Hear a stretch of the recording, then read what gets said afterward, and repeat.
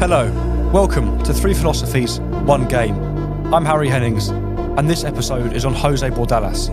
In the world of football, beauty is often measured by attacking fluidity, flair, trophies, and dazzling skill. We celebrate teams that dominate possession, go on to make history, and make rich success that etches itself in its football club forever. But what happens when a team chooses a different style, a more controversial style of play? Well, that is what Jose Bordalas did. And this, my friends, is Bordalas ball.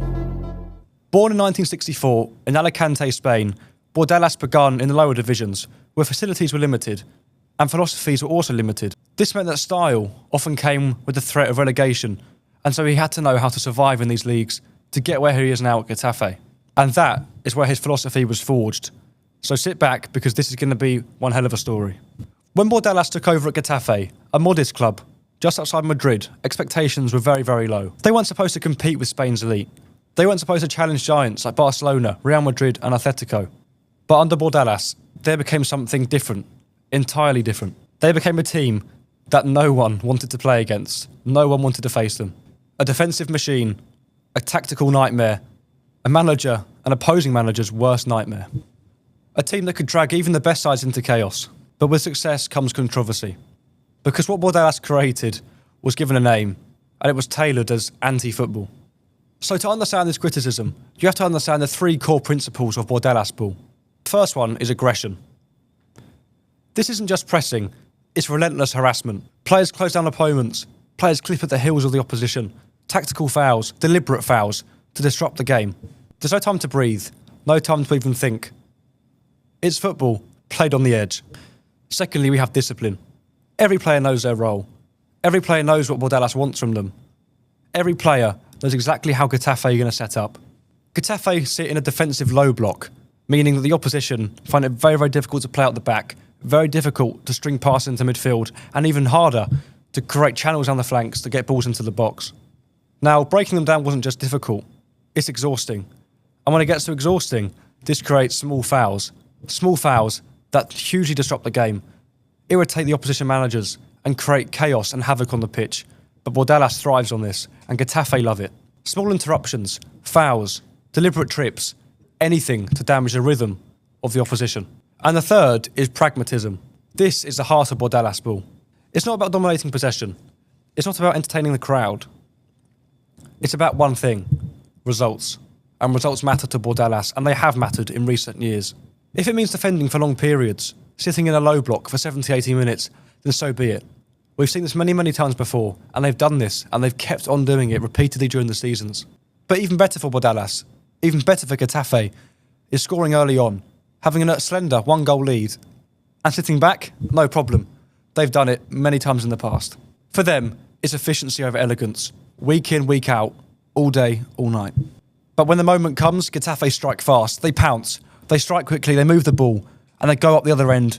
And somehow, through the chaos, through the disruption, through the disruptive rhythm of the game, they go on to score. Bordalas, is he a mastermind? Is he a villain? Is he a genius? That's up to us, but we don't know the answer to that. So, why do people call it anti-football? Now, for many fans, football is art. We've seen the greatest of teams, like Real Madrid, like Barcelona. One-touch football, pass and move, attacking style football. It's creativity, it's expression, it's joy, it's exciting. It's entertaining for neutrals. It's what we love to see. It is a beautiful game. But Bordalas ball, it rejects all of that. It defies the philosophy of modern day football by a long, long chalk. Examples we've seen is against Barcelona and Ajax. Getafe would sit extremely low, very defensive, very, very well structured, and Bordalas had his team organised. It would get to the point sometimes where they would slow the game down so much, it would almost get to baby steps, snail's pace, as some would say. It's come out in reports, in articles, snail's pace football, and Bordalas doesn't mind. To Bordalas, playing this style of football, week in, week out, is a philosophy that he will never change, and it's etched itself into Getafe's history for that prime reason. To some, to many however, it feels like the game's being killed. People come out and say, anti-football, this isn't football, this is not modern day football, the list goes on and on. People hate it, but Getafe love it, the fans love it, that's what they're used to. Frustration would build, not just in the opposing stand, but on social media too. In the last 6 to 8 months, it's been a talking point. It's been the heart of social media. When loosely linked to Crystal Palace, loosely linked to a job in the Premier League, it blew up. Bordalas' ball was everywhere on TikTok, on Instagram and on YouTube. Because watching it in the Premier League is a whole different kettle of fish, and it's a kettle of fish that Bordalas would love to employ, would love to implement and bring to the Premier League. Now, Barcelona v Getafe. Facing one of the greatest possession-based teams in the world of football, Getafe came here with one simple plan: disruption. They had no interest in playing Barcelona at their own game. Instead, they disrupted it completely. Fouls, and a lot of them. Tight lines, constant pressure, no rhythm. Zero rhythm for Bordalas.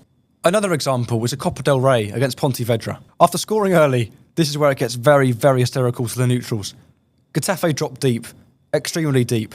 Now bear in mind Pontevedra are in the third tier of Spanish football. Getafe are in La Liga 1. From that point on, for Pontevedra it became a test of patience. Getafe sat back the entirety of the game and took a slender 1-0 lead until the 89th minute. They controlled the game without controlling possession, and it did indeed end 1-0 to Getafe. Some would say it's a masterclass in defensive management, but some would say it's taken it to the nth degree. 2 tiers separated these two sides, and yet a team from La Liga like Getafe sat back and defended in this anti-football style against Pontevedra. And thirdly, we have the Europa League against Ajax. Now this was a breaking point for many, many fans. Ajax, known for their attacking philosophy, were dragged into a battle that they simply did not want. The game became physical, scrappy, disjointed. And online, fans exploded. The Dutch were furious, the Spanish loved it. It became a big, big battle of the Netherlands against the Spanish. Bordalas wanted this. He wanted to thrive. Bordalas loved to disrupt the opposition, as we know before, but this was the last straw for many, many fans around the world. Some called it worse than Mourinho's Chelsea. Others called it genius. This is where Bordalas becomes fascinating. As seen in the thumbnail, we've got mastermind or villain. 2 words, juxtaposition at its very, very finest. He is hated, and the vast majority will agree, because he challenges football's unwritten rules. He's etched himself into his own laws, his own principles. No one does it like Bordalas. But he is also respected, because it works. And when it works, Getafe are fantastic. They're formidable. They are a team that nobody wants to come up against, whether you're Spanish, whether you're in the other leagues in Europe. So, with fewer resources, smaller budgets, less experience, Bordalas went from being born in Alicante, working with minimal activity, minimal resources, to taking on a club like Getafe and turning them into a formidable team that no one wanted to play against. In the end, Bordalas' ball was more than a tactical system. It's a philosophy. Hard, relentless, and unapologetically pragmatic. He doesn't care if you enjoy it. He doesn't care if opposition hate it. He wants to win. But he wants to win through zero attacking intent. The opposite, in fact. So, a matter of warning to teams coming up against Bordalas' Getafe. Take care. Take it easy. But play with no fear. Because don't forget, whether you like it or not, Bordalas has written himself into Spanish football history forever. Thank you.